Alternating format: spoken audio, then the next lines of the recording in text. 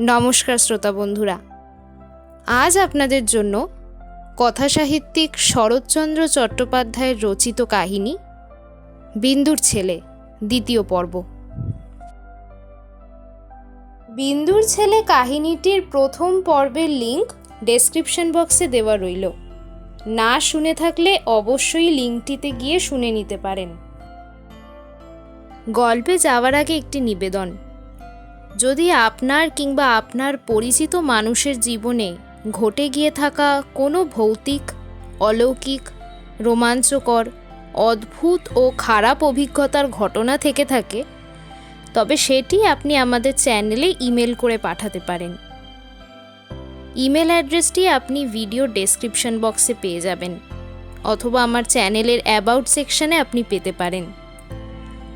ঘটনা পাঠানোর আগে যদি সেই ঘটনা আগে কোনো চ্যানেলে প্রকাশিত হয়ে থাকে, তবে এমন কোনো ঘটনা পাঠাবেন না। ভিডিওটি যদি ভালো লেগে থাকে তবে অবশ্যই সাবস্ক্রাইব করে পাশে থাকবেন।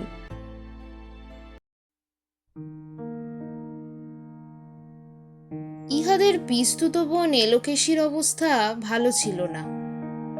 যাদব তাহাকে প্রায়ই অর্থ সাহায্য করিয়া পাঠাইতেন। কিছুদিন হইতে তিনি তাহার পুত্র নরেনকে এইখানে রাখিয়া লেখাপড়া শিখাইবার ইচ্ছা জানাইয়া চিঠিপত্র লিখিতেছিলেন। এই সময় তিনি ছেলে লইয়া উত্তরপাড়া হইতে আসিয়া উপস্থিত হইলেন। তাহার স্বামী প্রিয়নাথ সেখানে কি করিতেন তাহা ঠিক করিয়া কেহই বলিতে পারে না। দিন দুয়ের মধ্যে তিনিও আসিয়া পড়িলেন। নরেনের বয়স 16 কি 17। সে চওড়া পাড়ের কাপড় ফের দিয়া পরিত এবং দিনের মধ্যে 8-10 বার চুল আঁচড়াইত। টেরিটা তাহার বাস্তবিকই একটা দেখিবার বস্তু ছিল। আজ সন্ধ্যার পর রান্নাঘরের বারান্দায় সকলে একত্রে বসিয়াছিলেন এবং এলোকেশী তাহার পুত্রের অসাধারণ রূপগুণের পরিচয় দিতেছিলেন। বিন্দু জিজ্ঞেস করিল, নরেন, কোন ক্লাসে পড়ো তুমি? নরেন বলিল, 4th class, royal reader, grammar, geography, arithmetic, আরও কত কি ডেসিমেল টেসিমেল, ওসব তুমি বুঝবে না মামি। এলোকেশী সগর্বে তার পুত্রের মুখের দিকে একবার চাহিয়া বিন্দুকে বলিলেন, সে কি 1-8খানা বই ছোট বউ? বইয়ের পাহাড়। কাল বইগুলো বাক্স থেকে বার করে তোমার মামিদের একবার দেখিও তো বাবা। নরেন ঘাড় নাড়িয়া বলিল, আচ্ছা দেখাবো। বিন্দু বলিল, পাশ করতে তো এখনো দেরি আছে। এলোকেশী বলিলেন, দেরি কি থাকতো ছোট বউ?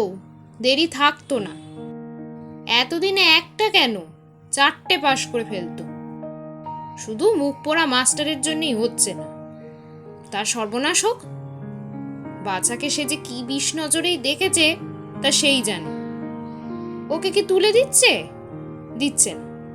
হিংসে করে বছরের পর বছর একটা ক্লাসেই ফেলে রেখেছে। বিন্দু বিস্মিত হইয়া কহিল, কই, এরকম তো হয় না। এলোকেশী বলিলেন, হচ্ছে আবার হয় না। মাস্টারগুলো সব একজোট হয়ে ঘুষ চায়। আমি গরিব মানুষ, ঘুষের টাকা কোথা থেকে জোগাই বলো তো? বিন্দু চুপ করিয়া রহিল। অন্নপূর্ণা আন্তরিক দুঃখিত হইয়া বলিলেন, আহা, এমন করে কি কখনো মানুষের পিছনে লাগতে আছে? সেটা কি ভালো কাজ? কিন্তু আমাদের এখানে ওসব নেই। আমাদের অমূল্য তো ফি বছর ভালো ভালো বই প্রাইজ ঘরে আনে, কিন্তু কখনো ঘুষ টুস দিতে হয় না। এই সময় অমূল্য কোথা হইতে আসিয়া আস্তে আস্তে তাহার ছোট মার কোলে গিয়া বসিল। বসিতেই গলা ধরিয়া কানে কানে বলিল, কাল রবিবার, ছোট মা, আজ মাস্টার মশাইকে যেতে বলে দাও না। বিন্দু হাসিয়া বলিল, এই যে ছেলেটি দেখছো ঠাকুরজি, এটি গল্প পেলে আর উঠবে না। কদম, মাস্টার মশাইকে যেতে বলে দে, অমূল্য আজ আর পড়বে না। নরেন আশ্চর্য হইয়া বলিল, ও কি রে অমূল্য, অত বড় ছেলে, এখনো মেয়ে মানুষের কোলে গিয়ে বসিস? বিন্দু হাসিয়া বলিল, শুধু এই বুঝি, এখনো রাত্রিরে? অমূল্য ব্যাকুল হইয়া তাহার মুখে হাত চাপা দিয়া বলিল, বলো না ছোট মা, বলো না। বিন্দু বলিল না, কিন্তু অন্নপূর্ণা বলিয়া দিলেন। বলিলেন, এখনো রাত্রিরে ছোট মার কাছে শোয়। বিন্দু বলিল, শুধু শোয়া দিদি, এখনো সমস্ত রাত্রির বাঁদুরের মতো আঁকড়ে ধরে ঘুমোয়। অমূল্য লজ্জায় তাহার ছোট মার বুকের মধ্যে মুখ লুকাইয়া রহিল। নরেন কহিল, ছি ছি, তুই কি রে, তুই ইংরাজি পড়িস? অন্নপূর্ণা বলিলেন, পড়ে বই কি, স্কুলে ও তো ইংরাজিই পড়ে। নরেন বলিল, ইস, ইংরাজি পড়ে, কই ইঞ্জিন বানান করুক তো দেখি, তার পারতে হয় না। এলোকেশী বলিলেন, ও সব শক্ত শক্ত কথা, ও কি ছেলে মানুষে পারে? অন্নপূর্ণা বলিলেন, কই অমূল্য, বানান কর না। অমূল্য কিন্তু কিছুতেই মুখ তুলিল না। বিন্দু তাহার মাথাটা একবার বুকে চাপিয়া ধরিয়া বলিল, তোমরা সবাই মিলে ওকে লজ্জা দিলে ও আর কি করে বানান করে? তারপর এলোকেশীর দিকে চাহিয়া বলিল, ও আমার আসছে বছর পাস দেবে, আমাদের মাস্টার মশাই বলেছেন ও 20 টাকা জলপানি পাবে, ও সেই টাকা দিয়ে ওর কাকার মতো একজোড়া ঘোড়া কিনবে। কথাটা সত্য হইলেও পরিহাস ছলে সবাই হাসতে লাগিলেন।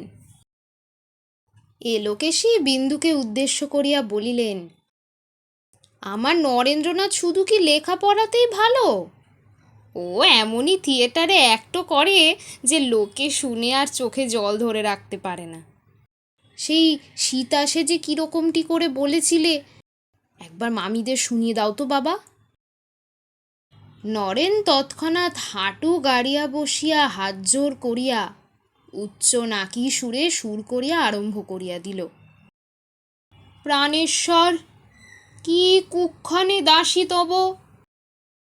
বিন্দু ব্যাকুল হইয়া উঠিল, ওরে থাম থাম, চুপ কর, বটঠাকুর ওপরে আছেন। নরেন চমকিয়া চুপ করিল। অন্নপূর্ণা ওইটুকু শুনিয়াই মুগ্ধ হইয়া গিয়াছিলেন। বলিলেন, শুনলেই বা ঠাকুর দেবতার কথা, এ তো ভালো কথা ছোট বউ। বিন্দু বিরক্ত হইয়া বলিল, তবে শোনো তুমি ঠাকুর দেবতার কথা, আমরা উঠে যাই। নরেন বলিল, আচ্ছা তবে থাক, আমি সাবিত্রীর পাঠ করি। বিন্দু বলিল, না। এই কণ্ঠস্বর শুনিয়া এতক্ষণে অন্নপূর্ণার চৈতন্য হইল যে ব্যাপারটা অনেক দূর গিয়াছে এবং এইখানেই তাহার শেষ হইবে না। এলোকেশী নূতন লোক, তিনি ভিতরের কথা বুঝিলেন না। বলিলেন, আচ্ছা এখন থাক, পুরুষেরা বেরিয়ে গেলে সে একদিন দুপুরবেলা হতে পারবে। আহা, গান বাজনাই কি ও কম শিখেছে? দময়ন্তীর সেই কেঁদে কেঁদে গানটি একবার বলিস তো বাবা, তোর মামিরা শুনলে আর ছাড়তে চাইবে না। নরেন বলিল, এখনই বলবো? রাগে বিন্দুর সর্বাঙ্গ জ্বালা করিতেছিল, সে কথা কহিল না। অন্নপূর্ণা তাড়াতাড়ি বলিয়া উঠিলেন, না না, গান টান এখন কাজ নেই। নরেন বলিল, আচ্ছা গানটা আমি অমূল্যকে শিখিয়ে দেব, আমি বাজাতেও জানি, ত্রে কেটে তাক বাজনা বড় শক্ত মামি। আচ্ছা ওই পেতলের হাঁড়িটা একবার দাও তো, দেখিয়ে দিই। বিন্দু অমূল্যকে উঠিবার ইঙ্গিত করিয়া বলিল, যা অমূল্য, ঘরে গিয়ে পড়গে। অমূল্য মুগ্ধ হইয়া শুনিতেছিল, তাহার উঠিবার ইচ্ছা ছিল না। চুপি চুপি বলিল, আরো একটু বসো না ছোট মা। বিন্দু কোনো কথা না বলিয়া তাহাকে তুলিয়া দিয়া সঙ্গে করিয়া ঘরে চলিয়া গেল। সহসা সে কেন যে অমন করিয়া গেল অন্নপূর্ণা তাহা বুঝিলেন, এবং পাঁচের সঙ্গদোষে অমূল্য বিগড়াইয়া যায় এই ভয়ে নরেনের এইখানে থাকিয়া লেখাপড়াও যে সে পছন্দ করিবে না, ইহা সুস্পষ্ট বুঝিয়া তিনি উদ্বিগ্ন হইয়া উঠিলেন। বলিলেন, বাবা নরেন, তোমার ছোট মামির সামনে ওই একটো ট্যাক্টোগুলো আর করো না। ও রাগী মানুষ, ওসব ভালোবাসে না।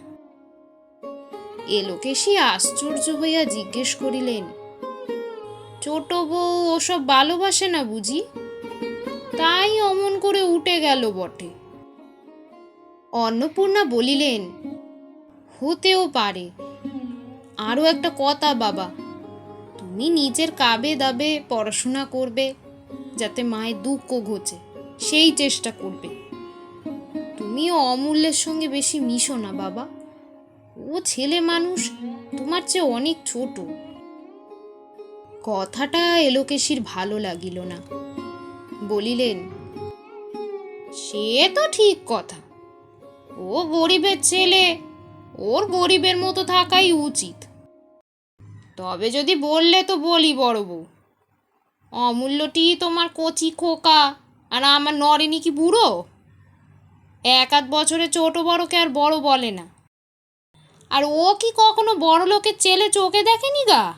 এইখানে এসে দেখছে। ওদের থিয়েটারের দলে কত রাজরাজরা ছেলে রয়েছে যে। অন্নপূর্ণা অপ্রতিভ হইয়া বলিলেন, না না ঠাকুরজি, সে কথা বলিনি। আমি বলছি। আবার কি করে বলবে বড় বউ? আমরা বোকা বলি কি এতই বোকা যে এ কথাটাও বুঝি নে? তবে দাদা নাকি বললেন নরেন এইখানে লেখাপড়া করবে, তাই আশা। নইলে আমাদেরও কি দিন চলছিল না? অন্নপূর্ণা লজ্জায় মরিয়া গিয়া বলিলেন, ভগবান জানেন ঠাকুরজি, আমি সে কথা বলিনি। আমি বলছি কি, এই যাতে মায়ের দুঃখ কষ্ট ঘটছে যাতে।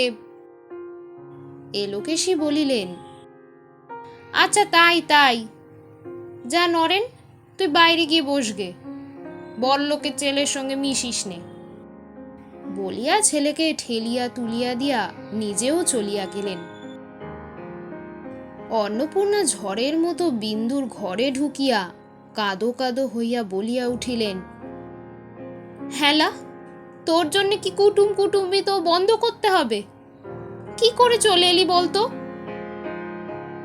বিন্দু অত্যন্ত সহজভাবে জবাব দিল, কেন বন্ধ করতে হবে দিদি? আত্মীয় কুটুম্ব নিয়ে তুমি মনের সুখে ঘর করো, আমি ছেলে নিয়ে পালাই। এই পালাবি কোথায় শুনি? বিন্দু কহিল, যাবার দিন তোমায় ঠিকানা বলে যাব, ভেবো না। অন্নপূর্ণা বলিলেন, সে আমি জানি। যাতে 5 জনের কাছে মুখ দেখাতে পারবো না, সে কি তুই না করেই ছাড়বি? চিরকালটাই বউ নিয়ে আমার হাড়মাস জ্বলে পুড়ে ছাই হয়ে গেল। বলিয়াই বাহির হইয়া যাইতেছিলেন। মাধবকে ঘরে ঢুকিতে দেখিয়া আবার জ্বলিয়া উঠিলেন, না ঠাকুরপো, তোমরা আর কোথাও গিয়ে তাকোগে, আর না হয় বউটিকে বিদায় কর। আমি আর রাখতে পারবো না, আজ তা স্পষ্ট বলে গেলুম। বলিয়া চলিয়া গেলেন। মাধব আশ্চর্য হইয়া স্ত্রীকে জিজ্ঞেস করিল, ব্যাপার কি? বিন্দু বলিল, জানি নে, বড়গিন্নি বলেছে যখন, দাও আমাদের বিদায় করে। মাধব আর কিছু বলিল না। টেবিলের উপর হইতে খবরের কাগজটা তুলিয়া লইয়া বাহিরের ঘরে চলিয়া গেল। ঠাকুরজি দেখিতে বোকার মতন ছিলেন, কিন্তু সেটা ভুল। তিনি যেই দেখিলেন নিঃসন্তান ছোট বউয়ের অনেক টাকা, তিনি তক্ষুনি সেই দিকে ঢলিলেন।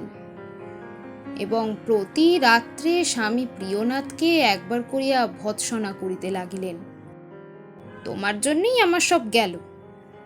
তোমার কাছে মিচিমিচি পড়ে না থেকে এখানে থাকলে আজ আমি রাজার মা।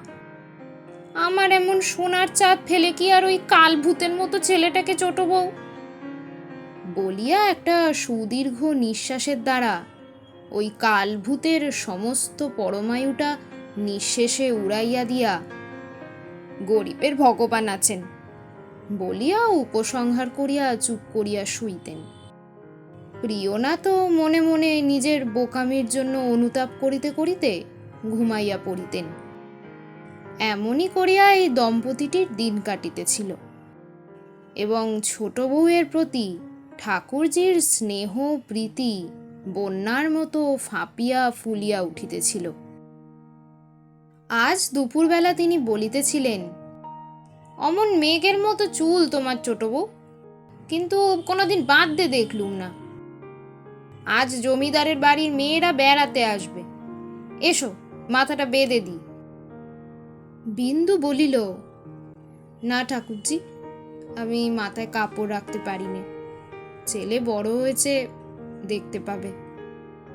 ঠাকুরজি অবাক হইয়া বলিলেন, ও আবার কি কথা ছোট বউ? ছেলে বড় বলে এও স্ত্রী মানুষ চুল বাঁধবে না? আমার নরেন্দ্রনাথ তো 70-এর মুখে ছাই দিয়ে আরো 6 মাস বছরকের বড়, তাই বলে কি আমি মাথা বাঁধা ছেড়ে দেব? বিন্দু বলিল, তুমি ছাড়বে কেন ঠাকুরজি? নরেন বরাবর দেখে আসছে, ওর কথা আলাদা। কিন্তু অমূল্য হঠাৎ আজ আমার মাথায় খোপা দেখলে হাঁ করে চেয়ে থাকবে, হয়তো চেঁচামেচি করবে না কি করবে। ছিছি, সে ভারী লজ্জার কথা হবে। অন্নপূর্ণা হঠাৎ সেই দিক দিয়া যাইতেছিলেন। বিন্দুর দিকে চাহিয়া সহসা দাঁড়াইয়া পড়িয়া বলিলেন, তোর চোখ চলচল করছে কেন রে ছোট বউ? আয় তো, গা দেখি। বিন্দু এলোকেশীর সামনে ভারী লজ্জা পাইয়া বলিল, কি রোজ রোজ গা দেখবে? আমি কি কচি খুকি, অসুখ করলে টের পাবো না? অন্নপূর্ণা বলিলেন, না তুই বুড়ি, কাছে আয়। ভাদ্র আশ্বিন মাস, দিনকাল বড় খারাপ। বিন্দু বলিল, কখনো যাব না। বলছি কিছু হয়নি, বেশ আছি, তবু কাছে আয়। অন্নপূর্ণা বলিলেন, দেখিস বাড়াস নে যেন। বলিয়া সন্দিগ্ধ দৃষ্টিতে চাহিতে চাহিতে চলিয়া গেলেন। এলোকেশী বলিল, বড় বউয়ের যেন একটু বাঁয়ে ছিট আছে না? বিন্দু এক মুহূর্ত স্থির থাকিয়া বলিল, ওই রকম ছিট যেন সকলের থাকে ঠাকুরজি। এলোকেশী চুপ করিয়া রহিল। অন্নপূর্ণা কি একটা হাতে লইয়া সে পথেই ফিরিয়া যাইতেছিলেন। বিন্দু ডাকিয়া বলিল, দিদি শোনো শোনো, খোপা বাঁধবে? অন্নপূর্ণা ফিরিয়া দাঁড়াইলেন। ক্ষণকাল নিঃশব্দে চাহিয়া সমস্ত ব্যাপারটা বুঝিয়া লইয়া এলোকেশীকে বলিলেন, আমি কত বলেছি ঠাকুরজি, ওকে বলা মিছে। অত চুল তা বাঁধবে না, অত কাপড় গয়না তা পরবে না, অত রূপ তা একবার চেয়েও দেখবে না। ওসব চিষ্টি ছাড়া মতি বুদ্ধি, চেলেও হচ্ছে তেমনি। সেদিন অমূল্য আমাকে কি বললে জানিস ছোট বউ? বলে, কাপড় জামা পরে কি হয়, ছোট মারও অত আছে, পরে কি? বিন্দু সগর্বে মুখ তুলিয়া হাসিয়া বলিল, তবে দেখো দিদি, ছেলেকে 10-এর একজন করে তুলতে হলে মায়ের এইরকম ছিষ্টি ছাড়া মতি বুদ্ধির দরকার কিনা। যদি ততদিন বেঁচে থাকো দিদি, তাহলে দেখতে পাবে, দেশের লোকে দেখিয়ে বলবে ওই অমূল্যের মা। বলিতে বলিতেই তাহার চোখ দুটি সজল হইয়া উঠিল। অন্নপূর্ণা তাহা দেখিতে পাইয়া সস্নেহে বলিলেন, সেই জন্যই তো তোর ছেলের সম্বন্ধে কোনো কথা আমরা কইনি। ভগবান তোর মনোবাঞ্ছা পূর্ণ করুন। কিন্তু ওই ছেলে বড় হবে, 10-এর একজন হবে, অত আশা আমরা মনে ঠাঁই দিইনে। বিন্দু আঁচল দিয়া চোখ মুছিয়া বলিল, কিন্তু ওই একটি আশা নিয়েই আমি বেঁচে আছি দিদি। সহসা তাহার সর্বাঙ্গ কাঁটা দিয়া উঠিল। সে লজ্জিত হইয়া জোর করিয়া হাসিয়া বলিল, না দিদি, ও আশায় যদি কোনোদিন ঘা পড়ে তো আমি পাগল হয়ে যাব। অন্নপূর্ণা নিস্তব্ধ হইয়া রহিলেন। তিনি ছোট জায়ের মনের কথাটা যে জানিতেন না তাহা নহে, কিন্তু তাহার আশা আকাঙ্ক্ষার এমন উগ্র প্রতিচ্ছবি কোনোদিন নিজের মধ্যে এমন স্পষ্ট করিয়া উপলব্ধি করেন নাই। আজ তাহার চৈতন্য হইল, কেন বিন্দু অমূল্য সম্বন্ধে এমন যক্ষের মতো সজাগ, এমন প্রেতের মতো সতর্ক। নিজের পুত্রের এই সর্বমঙ্গলাকাঙ্ক্ষিনীর মুখের দিকে চাহিয়া অনির্বচনীয় শ্রদ্ধার মাধুর্যে তাহার মাতৃহৃদয় পরিপূর্ণ হইয়া গেল। তিনি অশ্রু গোপন করিবার জন্য মুখ ফিরাইলেন। ঠাকুরজি বলিলেন, তা হোক ছোট বউ, আজকে তোমার। বিন্দু তাড়াতাড়ি বাধা দিয়া বলিল, হ্যাঁ ঠাকুরজি, আজ দিদির মাথাটা বেঁধে দাও, এ বাড়িতে ঢুকে পর্যন্ত কখনো দেখিনি। বলিয়া মুখ টিপিয়া হাসিয়া চলিয়া গেল। দিন 5-6 পরে একদিন সকালবেলা বাটির পুরাতন নাপিত যাদবের ক্ষৌরকর্ম করিয়া উপর হইতে নামিয়া যাইতেছিল। অমূল্য আসিয়া তাহার পথরোধ করিয়া বলিল, কৈলাসদা, নরেন্দার মতো চুল ছাড়তে পারো? নাপিত আশ্চর্য হইয়া বলিল, সে কি রকম দাদাবাবু? অমূল্য নিজের মাথার নানা স্থানে নির্দেশ করিয়া বলিল, দেখো, এইখানে 12 আনা, এইখানে 6 আনা, এইখানে 2 আনা, আর এই ঘাড়ের কাছে একেবারে ছোট ছোট। পারবে ছাড়তে? নাপিত হাসিয়া বলিল, না না দাদা, ও আমার বাবা এলেও পারবে না।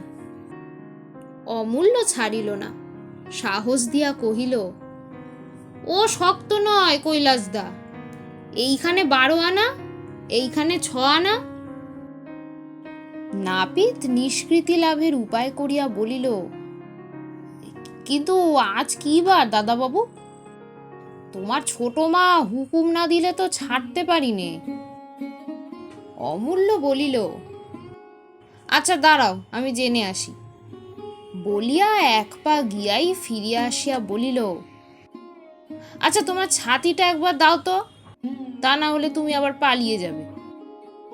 বলিয়া জোর করিয়া সে ছাতিটা টানিয়া লইয়া ছুটিয়া চলিয়া গেল। ঝড়ের মতো ঘরে ঢুকিয়া বলিল, ছোট মা, শিগগির একবার এসো তো। ছোট মা সবেমাত্র স্নান সারিয়া আন্নিকে বসিতেছিল। ব্যস্ত হইয়া বলিল, ওরে ছুস নে, আন্নিক করছি তো। আন্নিক পরে করো ছোট মা, একবারটি বাইরে এসে হুকুম দিয়ে যাও, নইলে চুল ছেটে দেয় না, সে দাঁড়িয়ে আছি। বিন্দু কিছু আশ্চর্য হইল, তাহার চুল ছাটাইবার জন্য চিরদিনই মারামারি করিতে হয়, আজ সে কেন স্বেচ্ছায় চুল ছাটিতে চাহিতেছে বুঝিতে না পারিয়া সে বাহিরে আসিতেই নাপিত কহিল, বড় শক্ত ফরমাস হয়েছে মা, নরেন বাবুর মতো 12 আনা, 6 আনা, 3 আনা, 2 আনা, 1 আনা এমনি করে ছাড়তে হবে। ও কি আমি পারবো? অমূল্য বলিল, খুব পারবে। আচ্ছা দাঁড়াও, আমি নরেন্দাকে ডেকে আনি। বলিয়া ছুটিয়া চলিয়া গেল। নরেন বাড়ি ছিল না। খানিক খোঁজাখুঁজি করিয়া ফিরিয়া আসিয়া বলিল, সে নেই। আচ্ছা নাই থাকলো, ছোট মা, তুমি দাঁড়িয়ে থেকে দেখিয়ে দাও না। আর তুমি বেশ করে দেখো, এই যে এইখানে 12 আনা, এইখানে 6 আনা, এইখানে 2 আনা, আর এইখানে খুব ছোট। তাহার ব্যগ্রতা দেখিয়া বিন্দু হাসিয়া বলিল, আমি তো এখন আহ্নিক করবো যে রে। আহ্নিক পরে করো, নইলে ছুঁয়ে দেব। বিন্দুকে অগত্যা দাঁড়াইয়া থাকিতে হইল। নাপিত চুল কাটিতে লাগিল। সে সমস্ত চুল সমান করিয়া কাটিয়া দিল। অমূল্য মাথায় হাত বুলাইয়া খুশি হইয়া বলিল, এই ঠিক হয়েছে, বলিয়া লাফাইতে লাফাইতে চলিয়া গেল। নাপিত ছাতি বগলে করিয়া বলিল, কিন্তু মা, কাল এ বাড়িতে ঢোকা আমার শক্ত হবে। বামুন ঠাকুরুন ভাত দিয়া ডাকাডাকি করিতেছিল। বিন্দু রান্নাঘরের একধারে বসিয়া বাটিতে দুধ সাজাইতে সাজাইতে শুনিতে পাইল, অমূল্য বাড়িময় কাকার চুল আছড়াইবার বুরুষ খুঁজিয়া ফিরিতেছে। খানিক পরেই সে কাঁদিয়া আসিয়া বিন্দুর পিঠের উপর ঝুঁকিয়া পড়িল। কিচ্ছু হয়নি ছোট মা, সব খারাপ করে দিয়েছে, কাল তাকে আমি মেরেই ফেলবো। বিন্দু আর হাসি চাপিতে পারিল না। অমূল্য পিঠ ছাড়িয়া দিয়া রাগে কাঁদিতে কাঁদিতে বলিল, তুমি কি কানা, চোখে দেখতে পাও না? অন্নপূর্ণা কান্নাকাটি শুনিয়া ঘরে ঢুকিয়া সমস্ত শুনিয়া বলিলেন, আচ্ছা, কাল ঠিক করে কেটে দিতে বলবো। অমূল্য আরো রাগিয়া গিয়া বলিল, কাল কি করে 12 আনা হবে? এখানে চুল কই? অন্নপূর্ণা শান্ত করিবার জন্য বলিলেন, আহা, 12 আনা না হোক, 8 আনা 10 আনা তো হতে পারবে। ছাই হবে, 8 আনা 10 আনা কি ফ্যাশন? নরেন্দাকে জিজ্ঞেস করো, 12 আনাই চাই। সেদিন অমূল্য ভালো করিয়া ভাত খাইল না, ফেলিয়া ছড়াইয়া উঠিয়া চলিয়া গেল। অন্নপূর্ণা বলিলেন, তোর ছেলের টেরি পাকাবার শখ হলো কবে থেকে রে? বিন্দু হাসিল, কিন্তু পরক্ষণেই গম্ভীর হইয়া একটা নিঃশ্বাস ফেলিয়া বলিল, দিদি, তুচ্ছ কথা তাই হাসছি বটে, কিন্তু ভয়ে আমার বুক শুকিয়ে যাচ্ছে। সব জিনিসের শুরু এমনি করেই হয়। অন্নপূর্ণা আর কথা কহিতে পারিলেন না।